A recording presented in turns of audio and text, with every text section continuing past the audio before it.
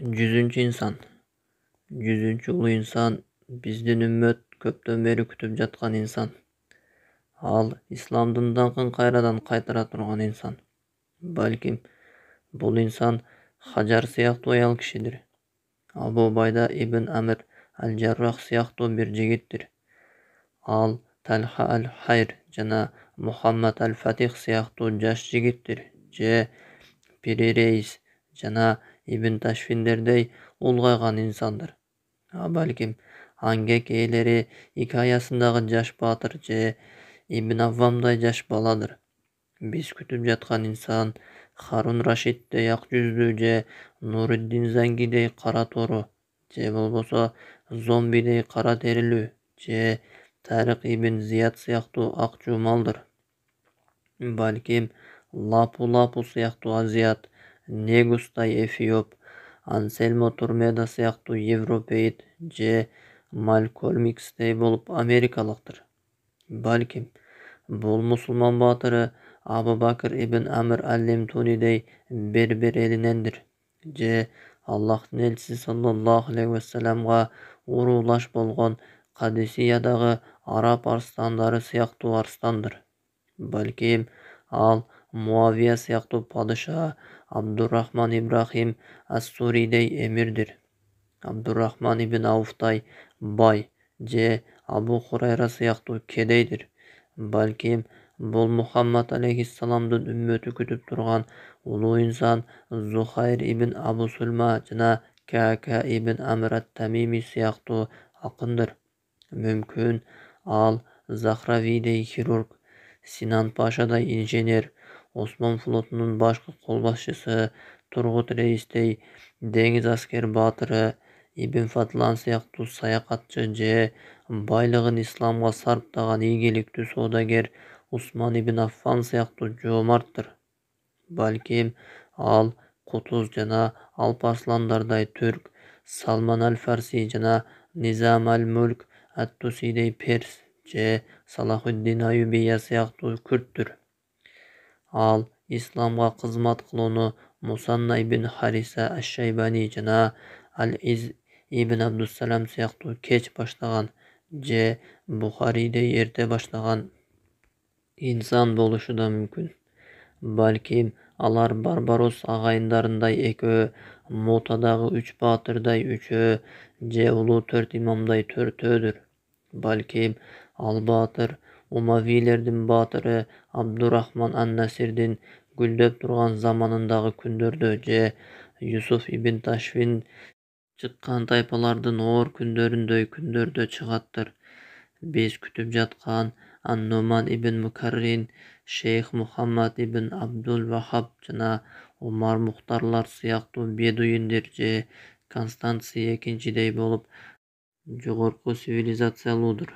Балким, ал Аль-Мавариддердин баатыры Абдуллах ибн Ясин аль-Гузулидей аалымдыр.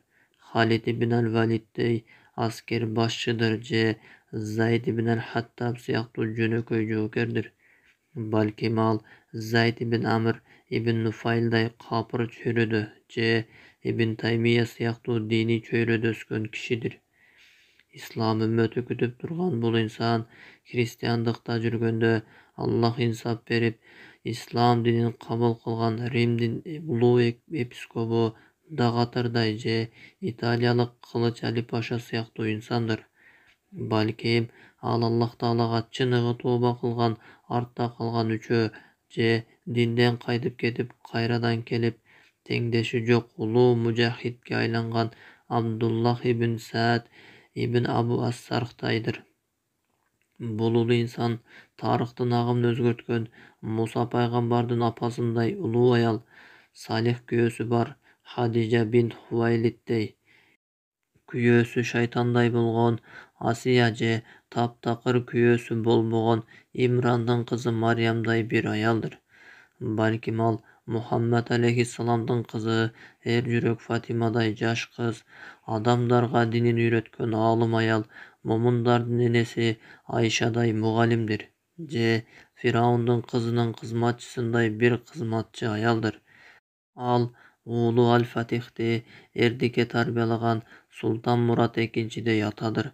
Балким ал адамдарга улуулуктун рухун орнотуп, жерди титирете сүйлөгөн Тунистин бүркүтү Алп инсан Абдулазиз ас-Саалабидей биридир.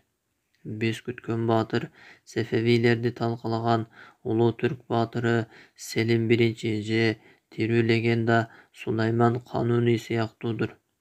Ал берекелүү Шам шаарында тарбияланган Альбани, Египеттин баатыры Журжави же Омандын Алп инсаны Султан ибн Сайфтардайдыр. Күтүлүп жаткан бул инсан Ибн Бадис же Эмир Абдул-Кадир аль-Жазайрилер сыяктуу Алжирден же Хаттаби, Марини жана Муфаххиди сыяктуу улуу инсандарын тарбиялаган Мароккодон чыгаттыр.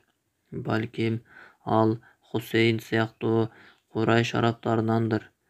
Биз күткөн баатыр Туфайл ад-Дауси, Абу Хурайра, Аль-Хаджиб аль-Мансур, Ибн Халдун жана Шауканилер чыккан даанышмандыктын жана ыймандын жери болгон Йеменден чыгаттыр. Балким ал Кувейттен чыккан Абдурахман ас-Сумайт сыяктуу Перс кысыгындагы өлкөлөрдөн чыгаттыр. Үммөттүн күткөн адамы жамандык күчтөрүнө тоодой бекем турган Абдулхамид экинчидей болуп жаңы Осмонилерден чыгаттыр. Ал улуу ислам лектору Ахмад Дидаттай Индиядан жана окумуштуу Абдулкадир хан сыяктуу Пакистандан да чыгышы мүмкүн. Биринчи жолу Абу Бакыр ас-Сыддык көтөргөн исламдын байрагын көтөрө турган улуу инсан азыр сенин алдыңда оюнчуктарын ойноп олтургандыр.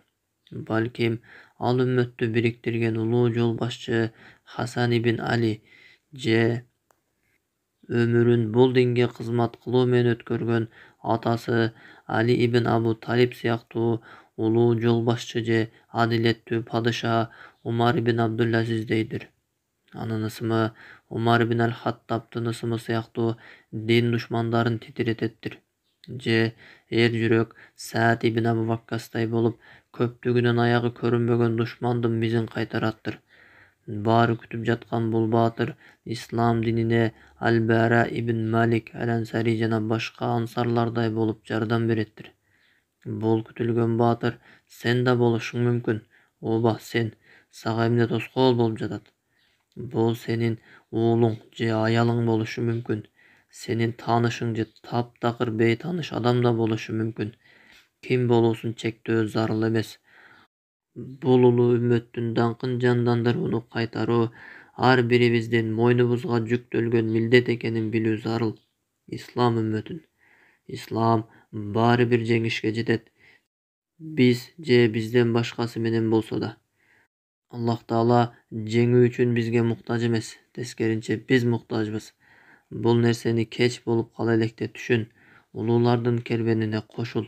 Мен кайра кайталанган тарыхтын икаяларын окугандан кийин исламдын кайра жаралуу заманы учурдун талабы экендигин түшүндүм.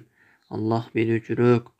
Андан кийин мен мындан 1 жыл мурда колуңуздагы китепти даярдап баштаганымда бул эмгегим 2 же 3 айдан ашпаса керек деп ойлогонмун.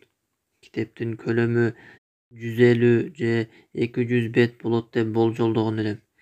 Бул китептегилердин 3/1 камтыган улуу инсандардан башка кимдерди жазууну да тактаган эмес элем. Жогоруда айтып өткөнүмдөй, менде бул улуу 100 инсанды тартиптештирүү планы да жок эле. Бирок булардын баарына карабастан, ал улуу инсандардын ысымдарын биринин артынан бирин тартиптештирүүдө, алардын расасы, заманы жана ар кандай жерлерде жашап өткөндүктөрү мени эч кандай кыйынчылыкка туш кылган жок. Колуңуздагы эмгекти даярдоо учурунда ислам үммөтүнүн тарыхына терең киргенимде кетирген каталарыбыздын канчалык деңгээлде чоңдугун байкадым. Ошондой эле баарыбыз тарых бурмалоочулардын курмандыгы болгонубуз ачык болду.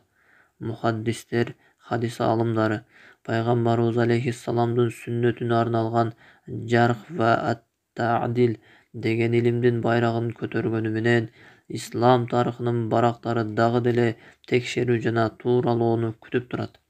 Чындыгында тарыхка кол салгандар бес кайдыгер калтырган бул боштукту да мусулман жаштарынын арасына шек күмөндөрдү салуу үчүн колдонушкан.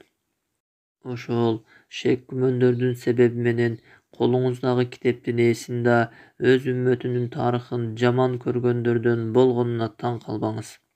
Акыркы убактарда Амр ибн Ас, Имам Бухари жада калса, Аллахтын элчиси саллаллаху алейхи вассаламдын өзүнүн тарыхына кол салуу үммөтүбүздүн тарыхынан кайдыгер калгандыгыбыздан кесепети. Үммөттүн тарыхын туура шекилде окуп чыгуунун убактысы келди. Тарых ал адамдар ойлонгондой хикаялардан гана турган нерсе эмес. Тарых ал үммөттүн мурасы.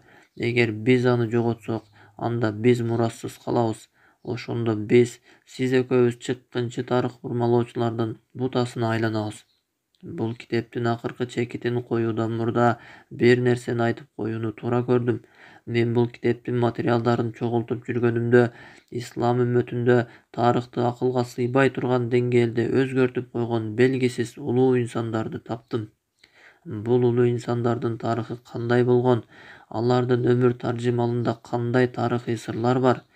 Келиңиздер, хикаяны бирге карап чыгалы. Ислам үммөтүндөгү тарыхтын агымын өзгөрткөн даңазалуу 100 инсан, уландысы бар, Кудай буйруса. Дуба кылууда мени унутуп калбаңыздар. Жихад Турбани.